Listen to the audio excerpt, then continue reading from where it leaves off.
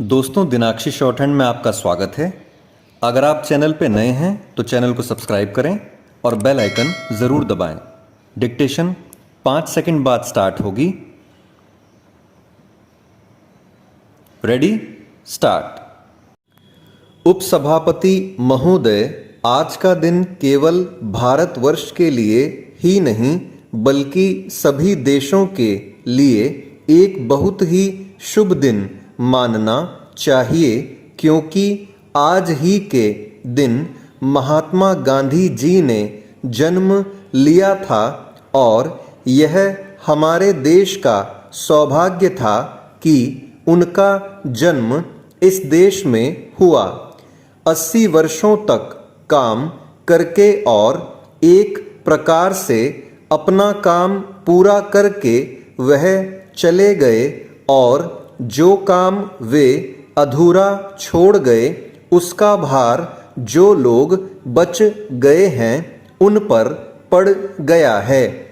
आप जानते हैं कि महात्मा जी ने अपने जीवन में जितने काम किए वह सब एक सिद्धांत के अधीन और एक सिद्धांत के अनुसार थे।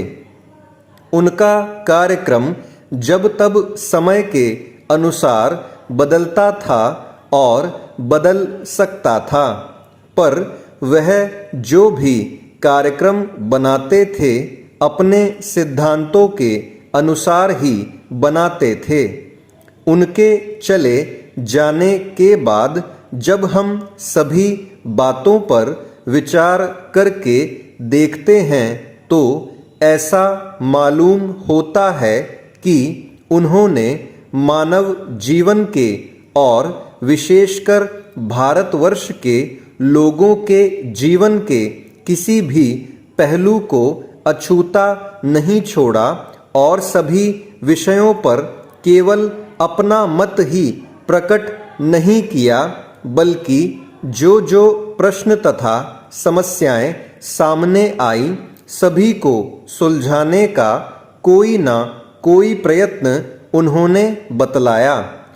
उस समय देश स्वाधीन नहीं था, इसलिए उनका ध्यान बहुत करके स्वाधीनता प्राप्ति की ओर गया और उसमें उनका समय भी बहुत लगा।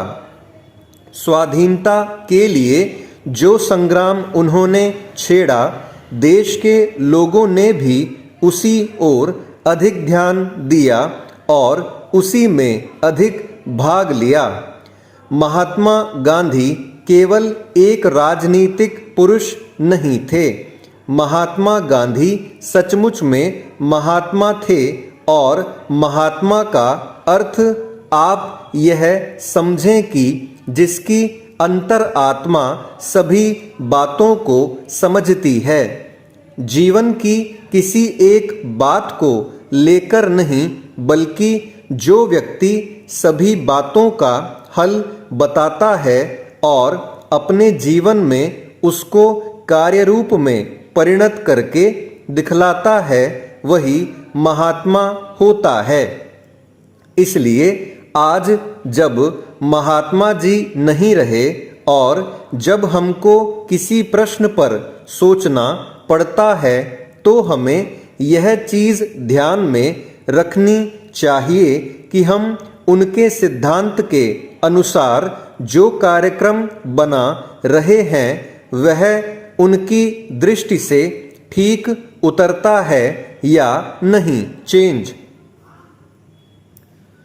आज हम सबको एक बात मान लेनी पड़ेगी कि जब से हमने स्वराज्य प्राप्त किया और उसके थोड़े ही दिनों बाद महात्मा जी चले गए तो हमारे ऊपर कई प्रकार की विपत्तियां आई। हमारे सामने नित्य नए नए प्रश्न तथा नई नई समस्याएं आती रहीं और हम अपनी बुद्धि के अनुसार उनका हल निकालते रहे, पर हमको यह भी मानना होगा कि हम उस प्रकार का व्यापक विचार नहीं कर सकते जितना महात्मा जी किया करते थे। हम लोग किसी एक चीज को लेकर उसमें बह जाते हैं कि वही एक चीज है जिसको महात्मा जी चाहते थे और इसी कारण लोग गांधी जी के साथ रहे हैं। चेंज। उपसभापति महोदय, हम गांधी जी की सारी सीख केवल एक ही चीज में सीमित कर देते हैं और जो दूसरे विषय हैं उनसे अपना मतभेद स्पष्ट रूप से प्रकट किया करते हैं। उनके जीवन काल में उनका जीवन किस प्रकार का था उस ओर हमारा ध्यान नहीं जाता। इसलिए मैं तो यही चाहता हूँ कि जो मौलिक चीज़ें हैं उनको यदि हम ठीक रूप से समझ जाएंगे तो हमारे लिए उन समस्याओं को हल करने का मार्ग भी शायद ठीक रूप से निकल सके। दुर्भाग्य से जब गांधी जी के लिए ऐसा समय आया कि जब वह अपनी आवाज़ केवल इसी देश में ही नहीं बल्कि संसार के सभी देशों तक पहुंचा सकते थे और अपना संदेश दे सकते थे, ठीक उसी समय वह हमसे छीन लिए गए। परंतु उन्होंने लिखकर, कहकर और उससे भी अधिक अपने जीवन में बरत कर जो कुछ दिखला दिया है वह हमारी सभी समस्याओं को हल करने के लिए काफ़ी है, यदि हम ठीक रूप से समझें और काम करें। सभी युद्धों में जो बड़ी क्षति देश विदेश और सब लोगों को पहुंचा करती है वह यही है कि लोगों में चरित्रहीनता आ जाती है। उनमें कितने प्रकार के दोष आ जाते हैं, उन दोषों से वे लोग भी जो स्वयं युद्ध में ना पड़े हों परंतु किसी न किसी रूप से उनका उससे कोई संबंध हो अपने को नहीं बचा सकते। विगत महायुद्ध का एक बहुत बुरा प्रभाव सभी देशों पर पड़ा है। संसार भर के लोग इस बात को मानते हैं कि आज हमारा नैतिक स्तर पहले की अपेक्षा निम्न कोटि का हो गया है और उससे हम इस देश में भी नहीं बचे हैं।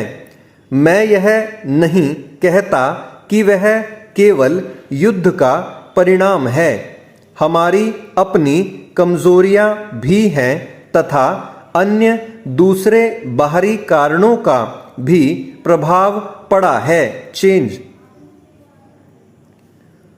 महात्मा गांधी जी ने अपनी तपस्या के बल से हमारा पथ प्रदर्शन किया और हमें बहुत ऊंचे तक उठा दिया था।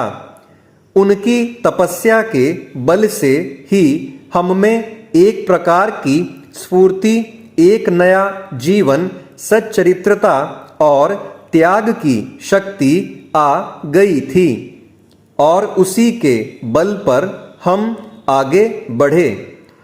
पर यह दुख की बात है कि उनके चले जाते ही हम बहुत नीचे फिसल गए और ऐसा मालूम होता है कि फिसलते फिसलते अब हम शायद गिर भी गए हैं और कुछ देर में हम चित्त भी हो जाएं तो कोई आश्चर्य की बात नहीं होगी।